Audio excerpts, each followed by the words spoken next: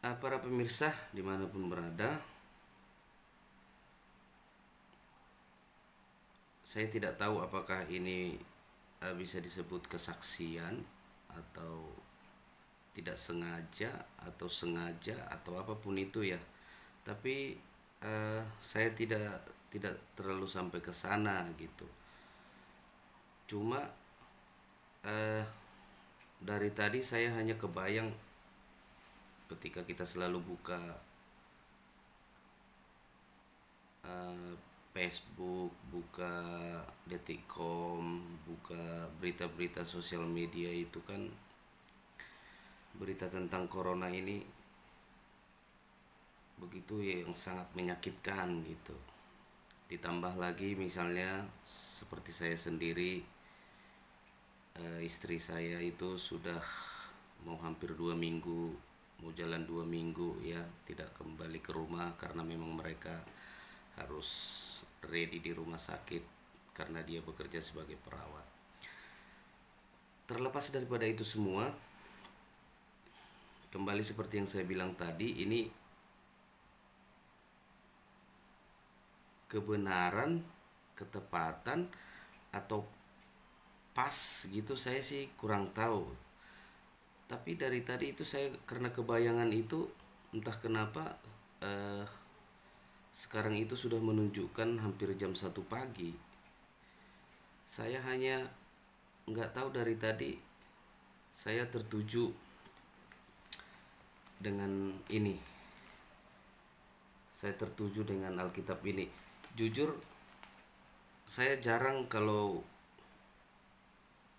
apa eh, memegang atau membaca Alkitab gitu, karena saya kecenderungan membaca itu adalah Bibel ya. Kalau bahasa daerah saya itu namanya Bibel. Itu firman Tuhan yang berbahasa Simalungun gitu. Tapi entah kenapa biasanya ini Alkitab ini anak saya yang pegang. Anak saya yang pegang gitu. Tapi terus ini kan dikunci seperti itu. Ini dikunci. Terus entah kenapa, apa karena kebenaran, karena kondisinya seperti itu, tiba-tiba saya buka itu. Sekali buka saya Alkitab itu langsung, setelah saya buka kancingnya karena kebetulan ini ada kancingnya. Saya buka terus tiba-tiba terbuka di sana itu, yaitu Roma. Dan saya baca, loh, kok benar sekali gitu. Mungkin boleh saya bacakan ya pemirsa. Itu saya baca di surat Paulus kepada jemaat Roma, yaitu Bindu 1 ayat yang ke-18. Nah, di ayat 18 itu berbunyi seperti ini. Hukuman Allah atas kefasikan dan kelaliman manusia. Sebab murka Allah nyata dari sorga atas segala kefasikan dan kelaliman manusia yang menindas kebenaran dengan kelaliman. Terus saya baca lagi. Nah, ini sampai saya kasih tanda ini biar saya nggak lupa gitu ya.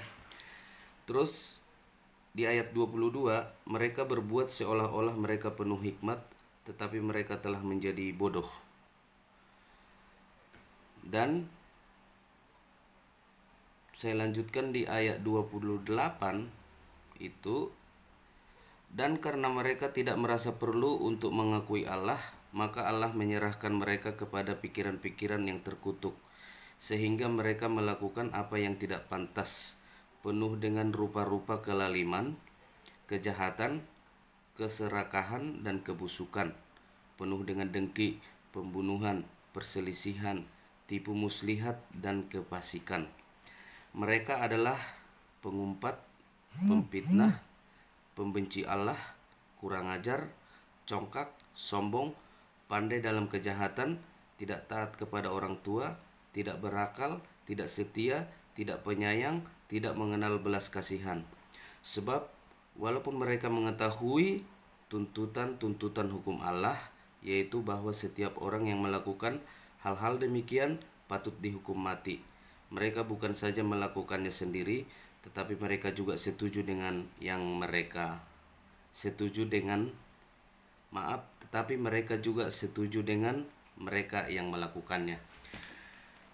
Saya jujur, saya tidak ada dasar, misalnya dasar teologi saya tidak ada, karena saya berlatar belakang dari ilmu sosial dan ilmu politik. Saya kecenderungan sebenarnya itu belajar politik ya. Saya tahu, makanya ketika mengkomen hal-hal yang bidang politik, baik di Facebook atau di YouTube atau di Instagram, saya lebih kental gitu.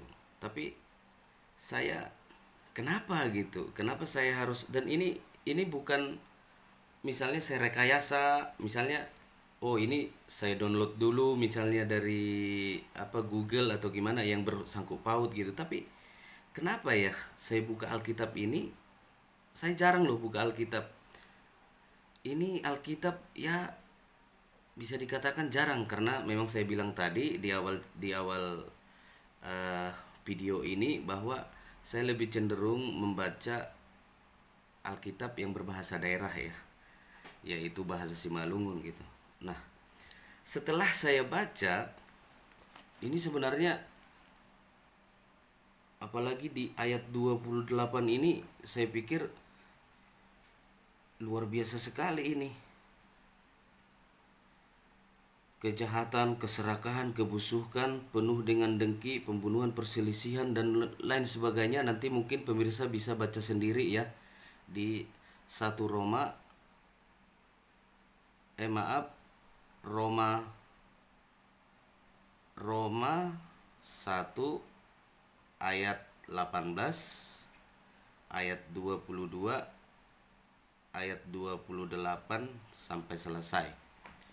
Nah, ini kan apa ya, kalau tadi saya berpikirnya itu tentang misalnya corona ya, COVID-19 ini ngeri sekali ya gitu. Sebuah penyakit yang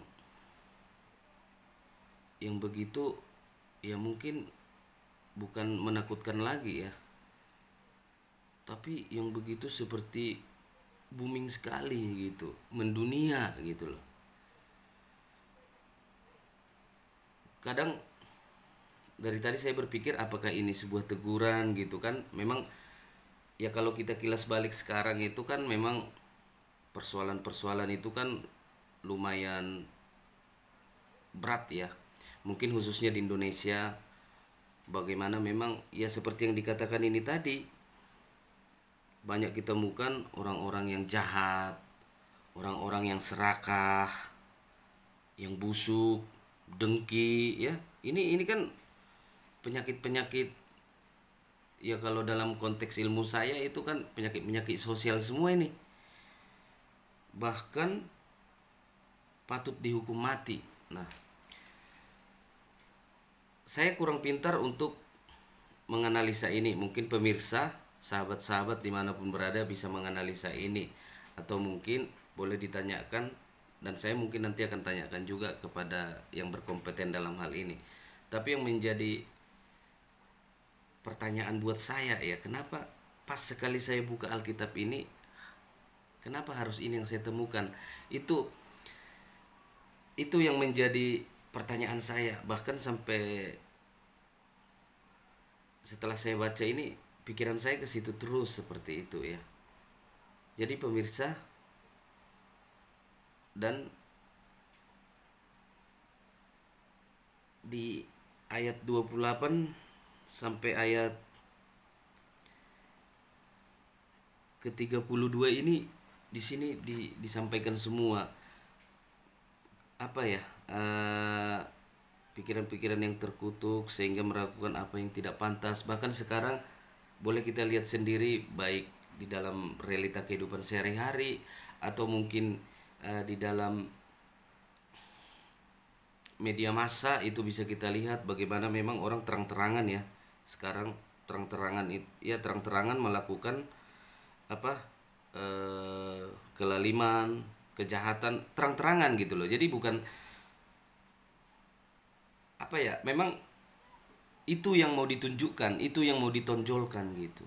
Jadi seakan-akan orang tidak ada lagi berpikir bagaimana supaya antara yang, ya pokoknya untuk menunjukkan dirinya itu lebih bagus melakukan hal-hal yang jahat gitu.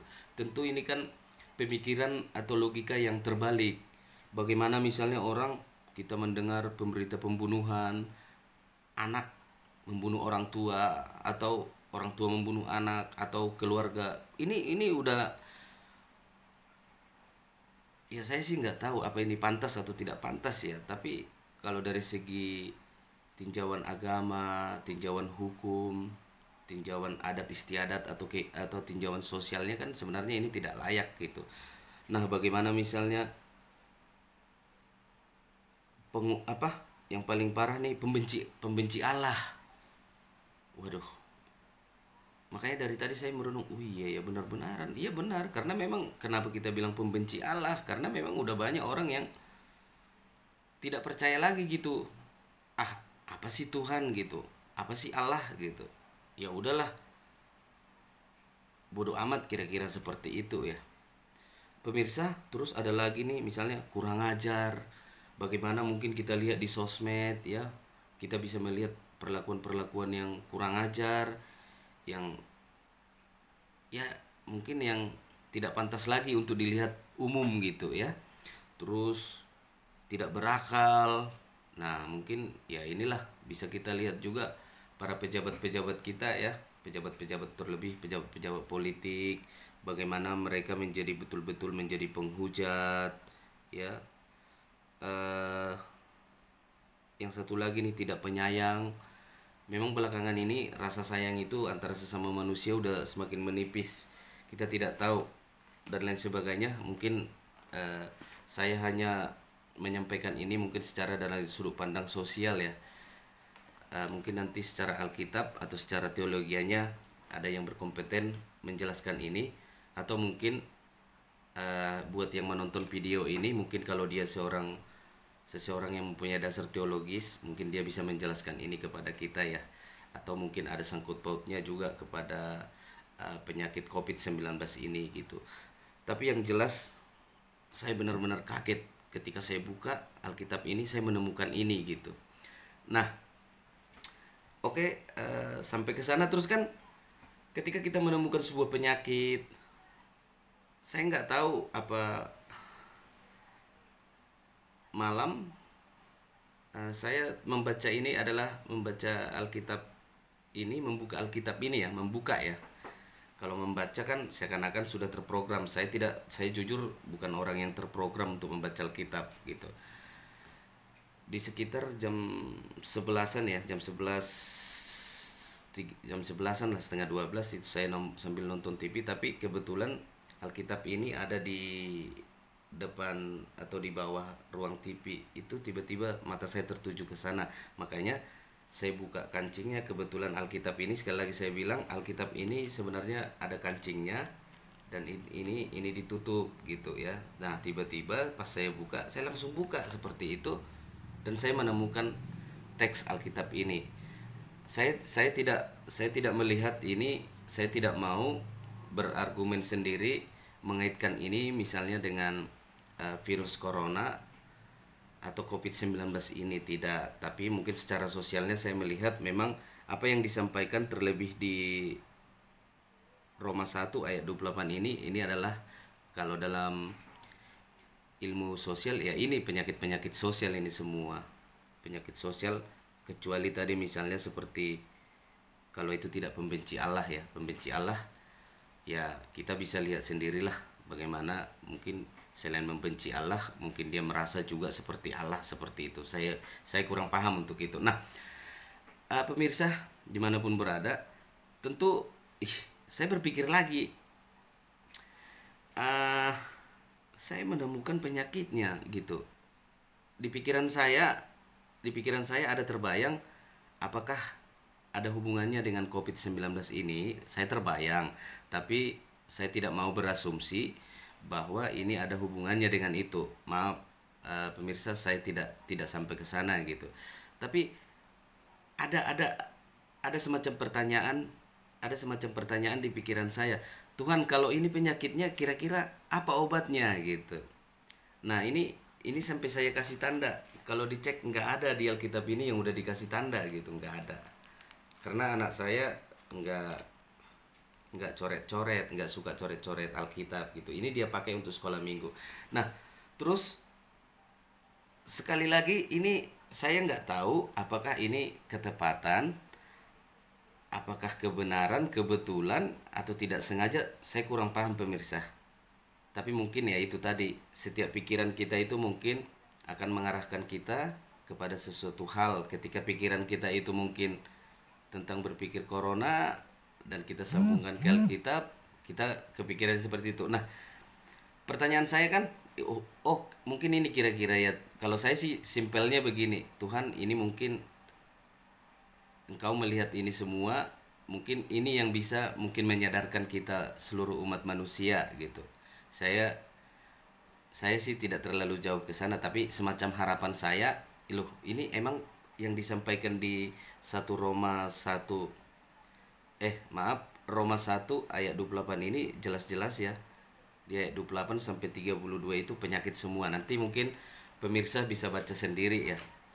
Nah, terus kalau gitu kira-kira apa obatnya Tuhan? Terus saya tutup mata terus saya buka sekali lagi dan saya buka dan jujur aja saya buka lagi Alkitabnya yang berisi tentang di Timoteus. Surat Paulus yang pertama kepada Timoteus. Artinya gini, ketika ada penyakit tentu kita ingin ada obatnya kan, seperti itu. Sama seperti COVID-19 ini juga kita berharap para pakar atau ilmuwan juga menemukan ya secepatnya obat ini supaya tidak banyak yang harus merenggang nyawa karena virus ini gitu. Nah, terus saya baca itu 1 Timoteus 1 ayat 12. Saya juga nggak tahu kebenaran dua-duanya ini adalah tentang suratnya Paulus ya. Saya baca ini benar, hanya sekali buka.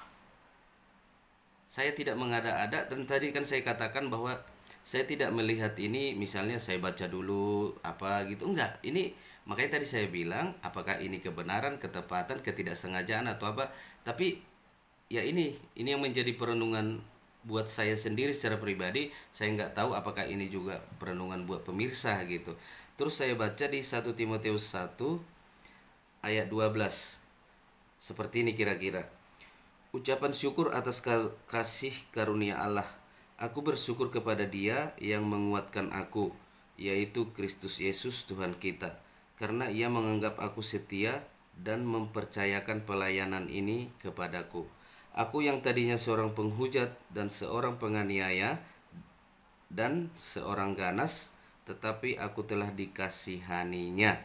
Karena semua itu telah kulakukan tanpa pengetahuan, yaitu di luar iman.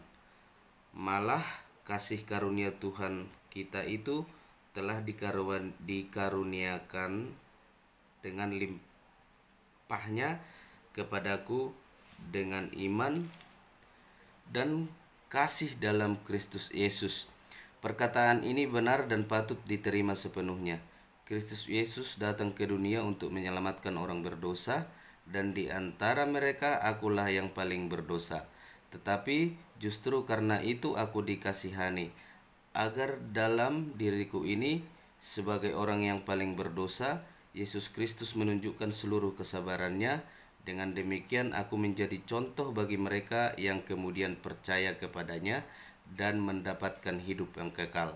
Hormat dan kemuliaan sampai selama-lamanya bagi Raja segala zaman, Allah yang kekal, yang tak nampak, yang esa. Amin. Seperti ini. Nah, saya sampai saya kasih ini, saya punya ini ya, pewarna seperti itu. Stabilo ya. Sampai saya itu biar saya nggak lupa nih. Nah, ini saya nggak tahu apakah kedua ayat ini nyambung atau tidak, tapi ini pemirsa dimanapun berada, saya nggak tahu apakah memang COVID-19 yang membuat kita menjadi ketakutan, ini apa? Ini teks ini bisa menguatkan kita, atau mungkin ini adalah hukuman, apakah ini adalah pengingat untuk menyadarkan kita umat manusia seperti itu. Tapi yang jelas buat saya, 2 kali saya buka Alkitab ini. Yang pertama, pas saya buka pertama, saya menemukan yang menjadi persoalan-persoalan di umat manusia, dan yang kedua saya menemukan jawabannya. Tepat atau tidak, nyambung atau tidak, saya tidak tahu, tetapi keimanan saya yang hanya kecil, yang mengajarkan saya mungkin ini adalah sebuah pengingat mungkin kepada kita semua, terlebih kepada saya, bagaimana supaya banyak hal yang harus kita pelajari. Mungkin Tuhan mengingatkan kita kembali seperti di Roma tadi, ya, supaya kita tidak melakukan hal-hal yang tidak pantas. Ya, mungkin kita yang dikasih akal supaya betul-betul memfungsikan akalnya lah. Yang mempunyai yang tidak penyayang, mungkin kita diajarkan Tuhan supaya kita lebih menyayangi lagi. Sekali lagi, dalam hal ini saya tidak mencoba menyampaikan yang saya dapatkan ini dalam sudut pandang teologi, ya, karena saya tidak paham dengan itu. Tapi apa yang boleh saya rasakan hari ini, semoga bermanfaat buat kita semua. Pemirsa dimanapun berada, apakah ini boleh dinyatakan sebuah kesaksian? Saya tidak berani, karena itu tidak kapasitas saya. Tapi saya hanya menyampaikan, saya kembalikan kepada pemirsa, kepada sahabat-sahabat semua, untuk sama-sama kita bisa merenungkannya. Semoga ke depan, hari-hari esok, kita dipulihkan dari virus COVID-19 ini, supaya tidak semakin banyak berjatuhan korban akibat virus ini.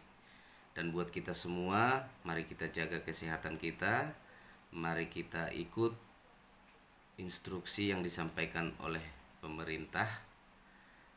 Dan buat yang di rumah tetap semangat, dan buat yang memang harus bekerja, mari kita doakan mereka supaya mereka diberikan kesehatan, karena memang harus dengan bekerjalah mereka bisa memenuhi kebutuhan hidup mereka.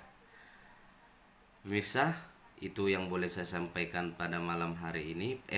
Pada pagi hari ini. Kurang lebihnya saya mohon maaf, tetapi apa yang saya sampaikan ini bukanlah rekayasa, bukanlah sesuatu yang saya buat-buat, tetapi sejujurnya, sekali lagi saya katakan, 2 kali saya membuka Alkitab ini, saya menemukan penyakit di sana, dan saya menemukan penyakitnya di kitab Roma, dan saya menemukan jawabannya di Timotius. Sekali lagi saya ingat mungkin kepada pemirsa, sebelum saya akhiri video ini, pemirsa boleh membaca Roma 1 ayat 18, ayat 22, ayat 28 sampai 32, dan dilanjutkan kepada 1 Timotius 1 ayat 12 sampai 17. Ini saya kasih tanda, dan nanti boleh kita cek apakah ada tanda-tanda lain di Alkitab ini yang saya kasih stabilo, karena memang bukan yang saya buat, tapi ya semoga apa yang boleh saya share malam ini bisa berguna buat kita semua. Oke pemirsa, saya akhiri video saya ini. Saya hanya sampaikan, mari kita tetap menjaga kesehatan kita, menguatkan imun tubuh kita, dan saya berharap mari kita berdoa bersama-sama supaya Indonesia cepat dipulihkan dari virus COVID-19 ini. Tuhan memberkati kita semua. Salam Indonesia melawan Corona. Terima kasih.